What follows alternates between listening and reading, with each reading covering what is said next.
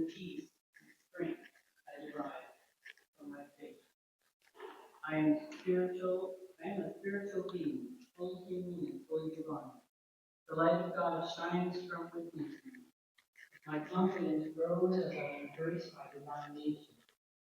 As I live and love more fully and authentically, the joy within me multiplies and I become simply free.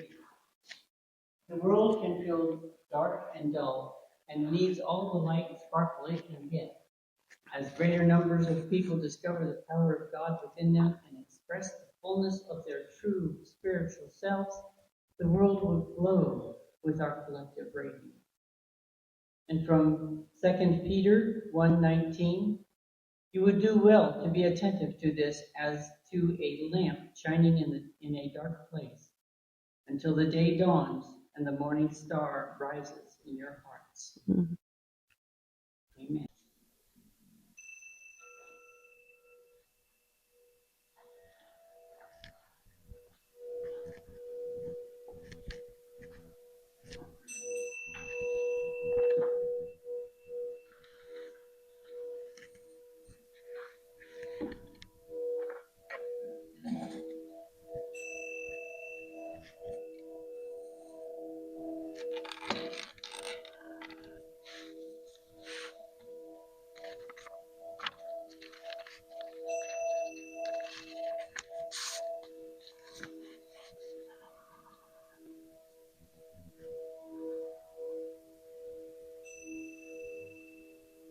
As we begin to move into this time of meditation, I invite you to just sit comfortably. If it's okay for your body, put your feet on the floor and softly close your eyes. Allow your body to relax and be still. Allow the muscles to soften and lengthen. Notice any sensations that arise anywhere in your body. Acknowledge these and then ask what they need. Pay attention.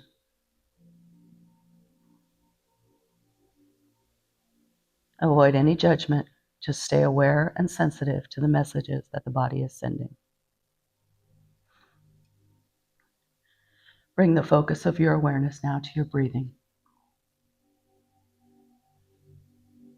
Notice the depth and pace of your breathing.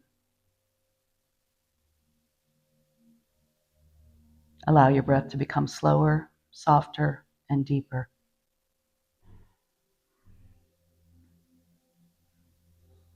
Inhale through the nose and exhale through the nose.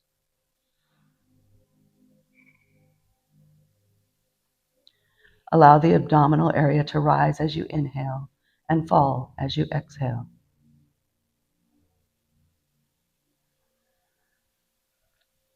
Inhale and feel the breath traveling down to your abdomen. Exhale and feel the breath flowing upwards and out of your body.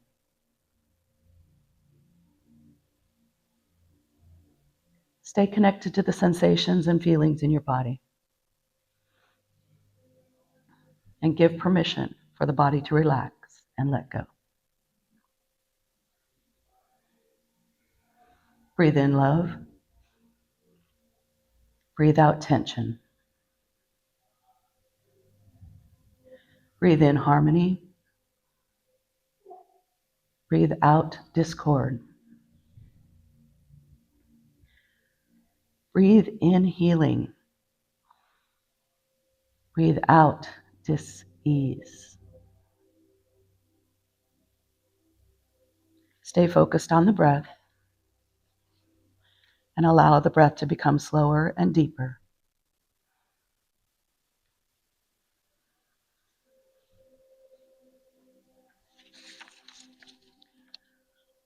Breathe out. Breathe in love. Breathe out tension. Breathe in harmony. Breathe out discord.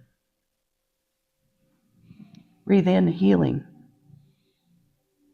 Breathe out dis-ease.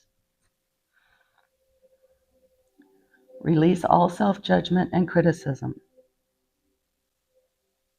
Focus on breathing in joy and love.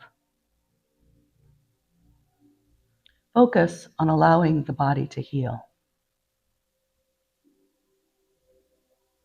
Allow the thoughts to assist in this healing. Release and let go of any blocks to well-being. Allow yourself to sigh and let go. Focus on slower, deeper breathing.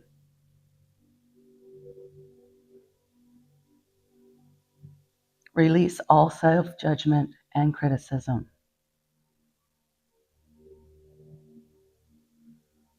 Breathe in love. Breathe out tension. Breathe in harmony. Breathe out discord. Breathe in healing. Breathe out dis-ease. Allow the body to simply be still. Take a moment and allow the body to share what it needs to be healed.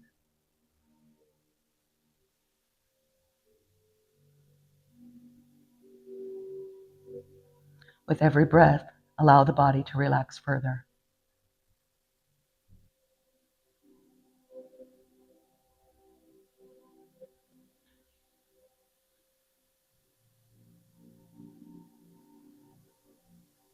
Allow the feeling of relaxation and calm to spread through your entire body.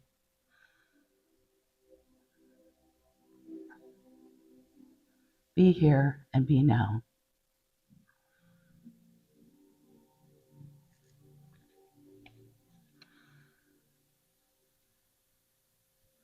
As we conclude our meditation, just take a moment and allow the body and mind to flow together, creating a sense of peace and well-being.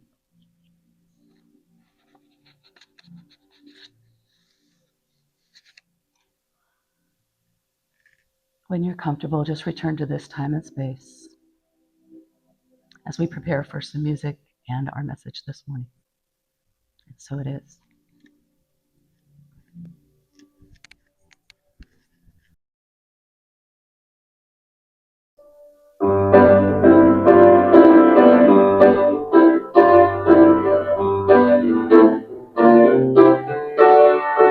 I got it, attitude, I got it, attitude, I got it, attitude of gratitude.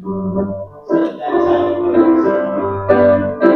I got it, attitude, I got it, attitude, I got it, attitude of gratitude.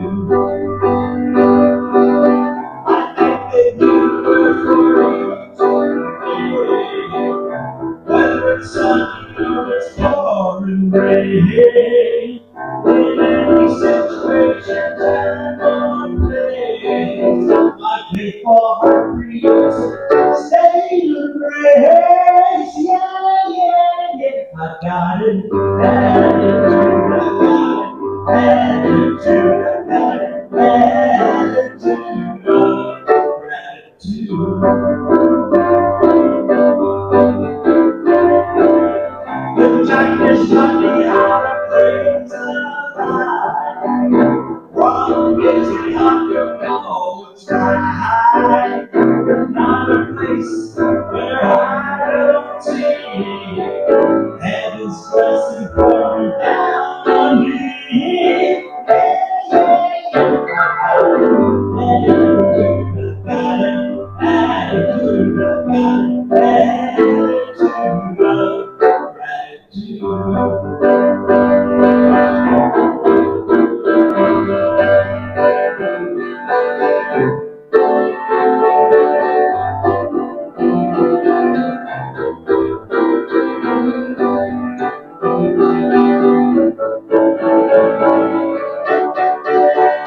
Got it, attitude, I got it, attitude, I got it, attitude of gratitude.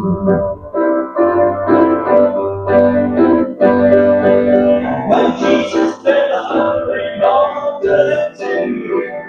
He did it with the real attitude. Although it looked like there is not enough, this Father thank you for a God. Yeah, yeah, yeah. Attitude, I got it. Attitude, I got it. Attitude of gratitude.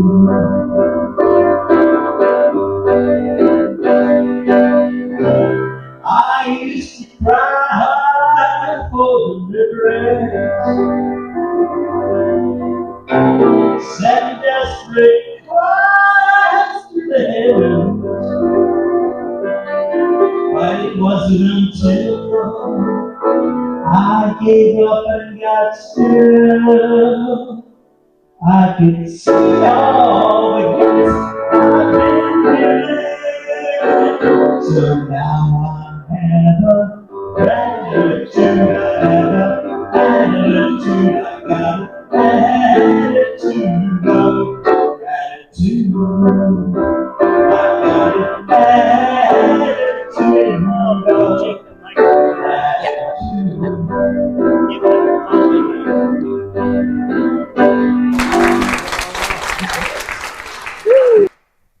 So our talk today is Let the Consciousness Loose.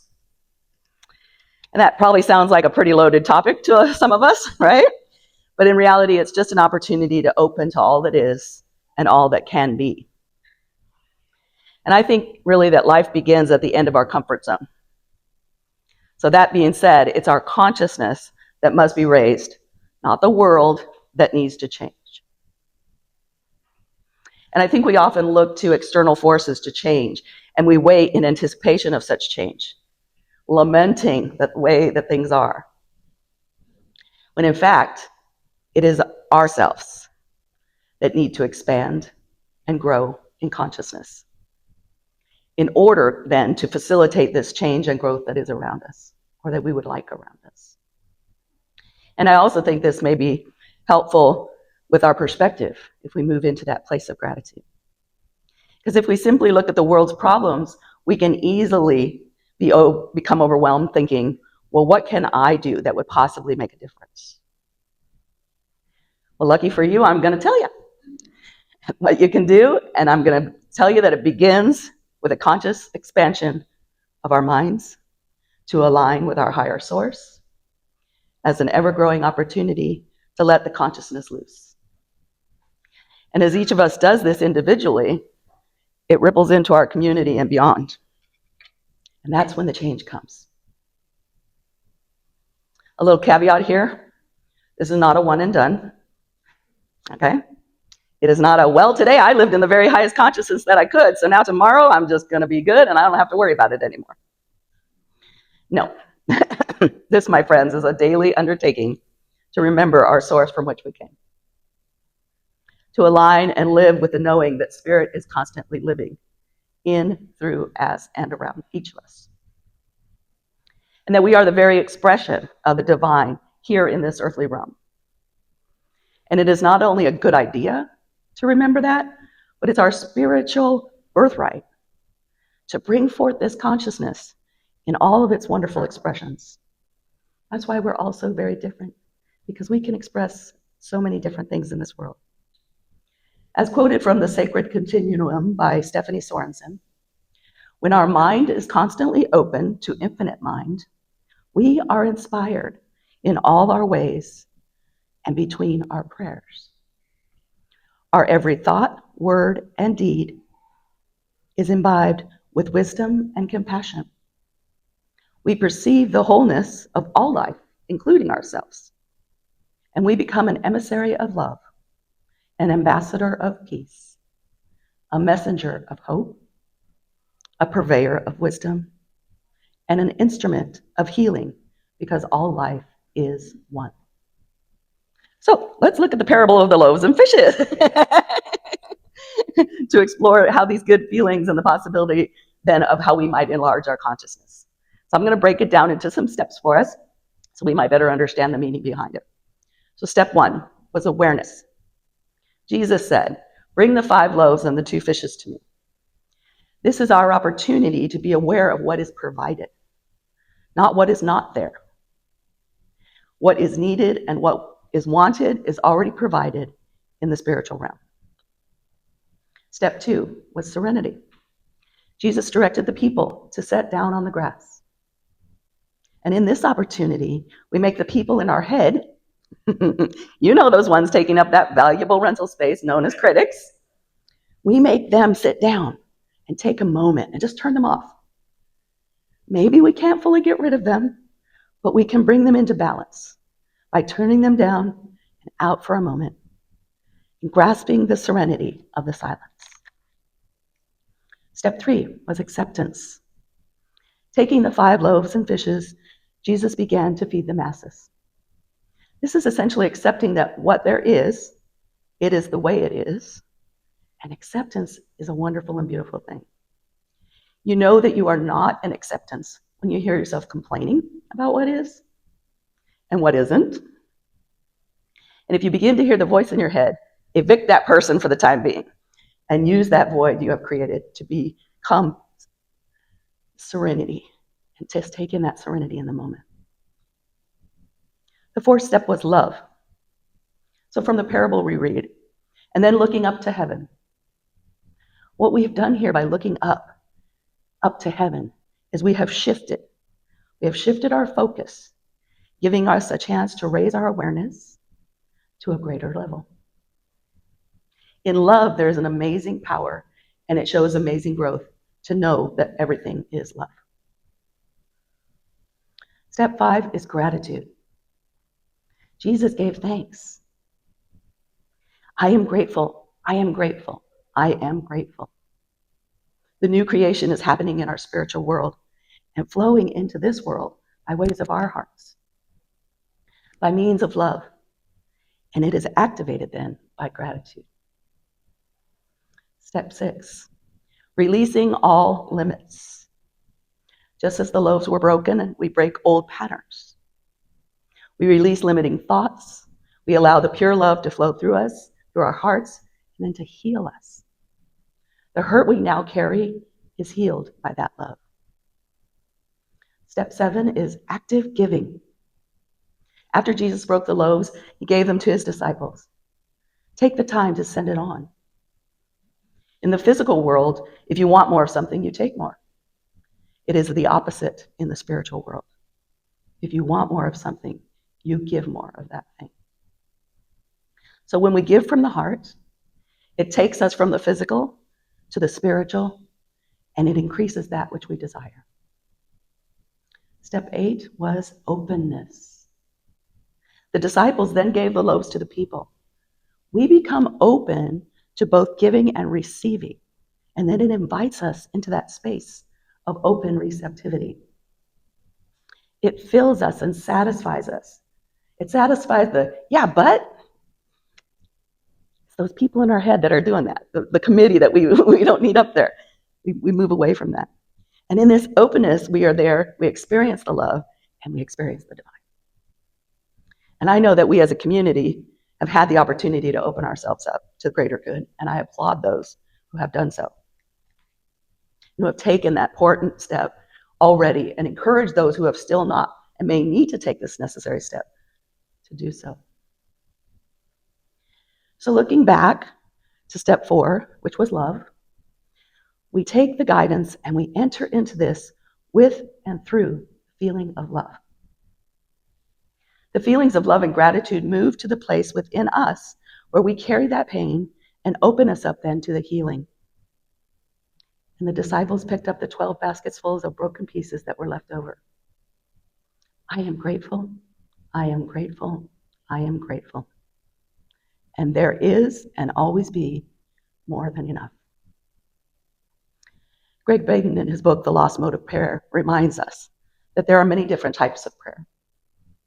He tells of that which is a form of prayer that has no words, no outward expression, and based simply on the feeling that we are invited to feel the appreciation, the gratitude, and bring that into our hearts, as if our prayers have already been answered. even if the world appears to say otherwise. And this is exactly what the Fillmores and other New Thought leaders taught when they were teaching New Thought affirmative prayer. Because in affirmative prayer, we must move from our heads to our hearts. I often say that that's one of the longest journeys you might ever take. But we move from the feeling or the thoughts into the feeling that is behind the request. We sit with that, we get it to know what your desired outcome is.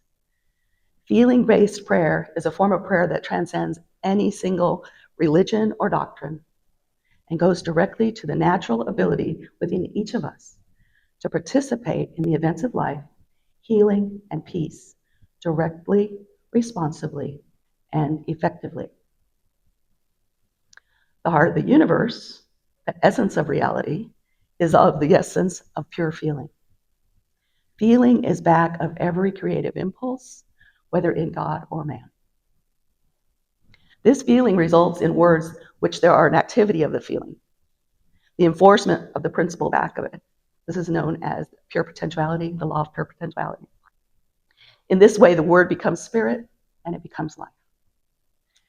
Imagine the sense of vastness you experience when you gaze into the star at night, the clear sky at night. When we follow our deepest desires and listen to that voice of inner knowing, we welcome change. We believe in possibility.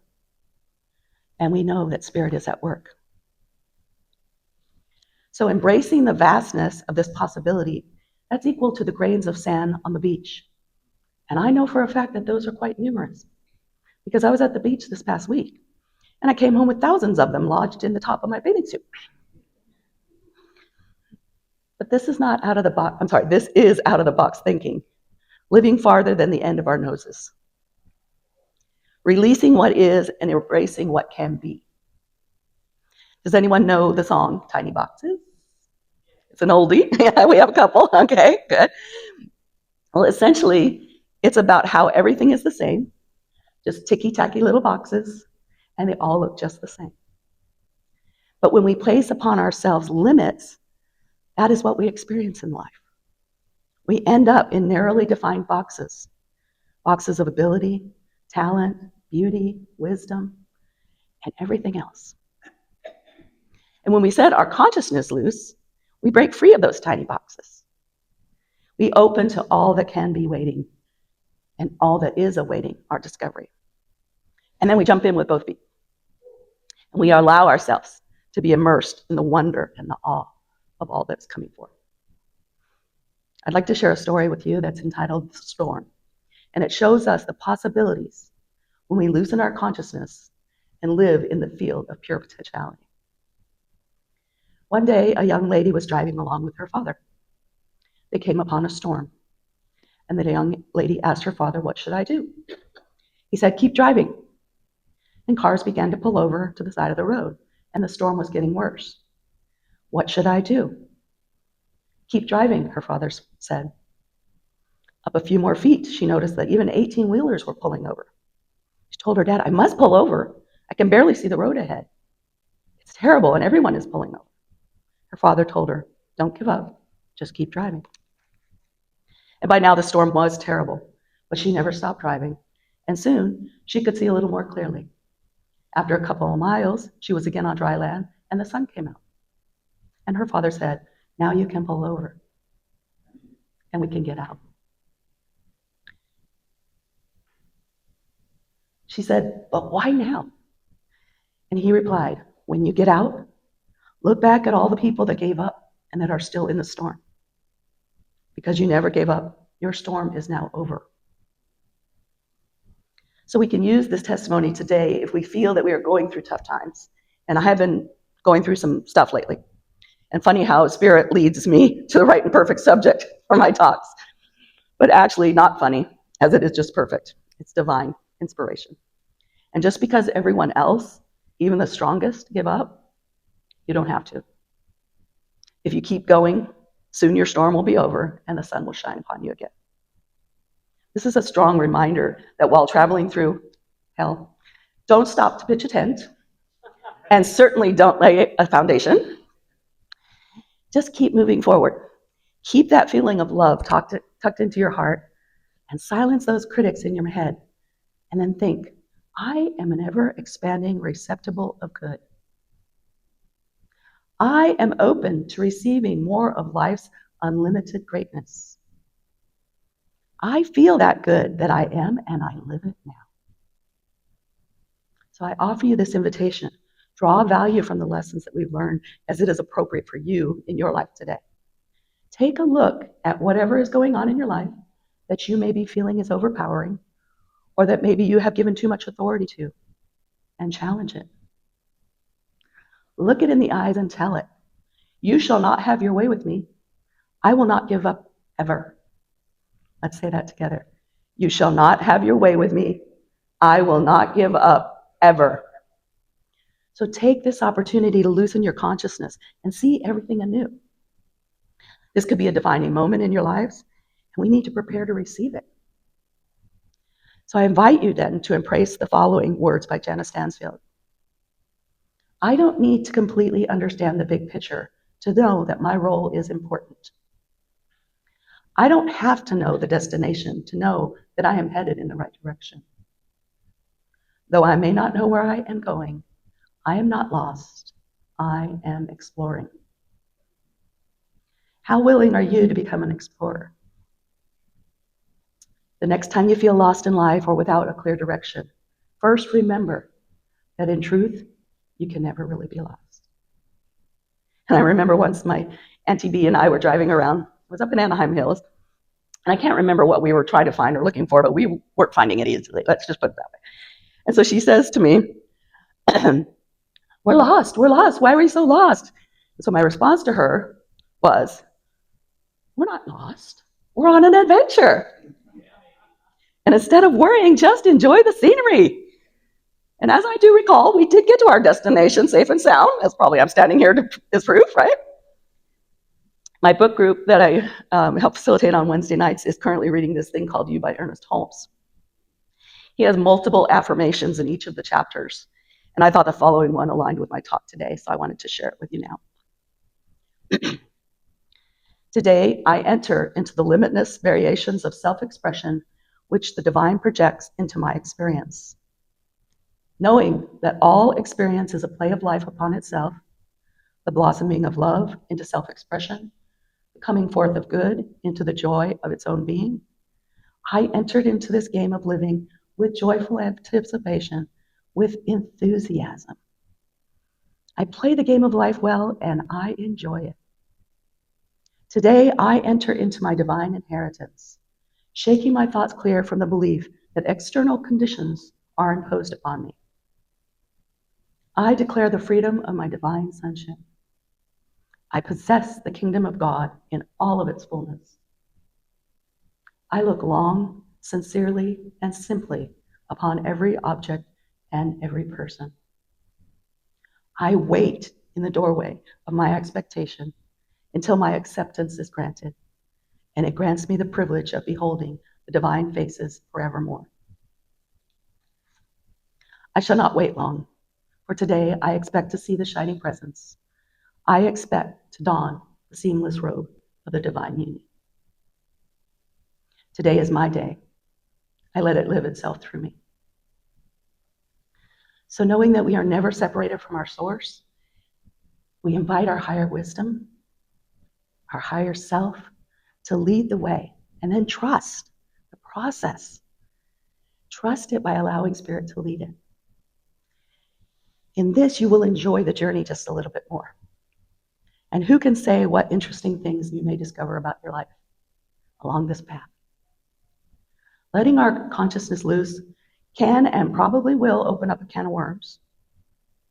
But why not go fishing and reap the rewards? Opening with love and acceptance points us in the right direction and allows us then to step into that unknown with grace and with ease and the assurance that we are always supported, even if we cannot see what is ahead of us. So allowing for the process of emotions and feelings that may crop up, remind us. These are reminders of our humanness. But realizing the greater good is our true spiritual magnificence. So as we let the consciousness loose, I await all that is in store for me, and I invite you to explore the same. I'm going to close with my favorite Rumi quote. Out behind the ideas of wrongdoing and right doing, there is a field. I will meet you there.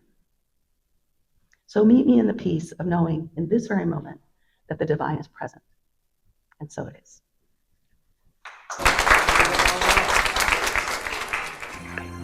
Thank you for watching.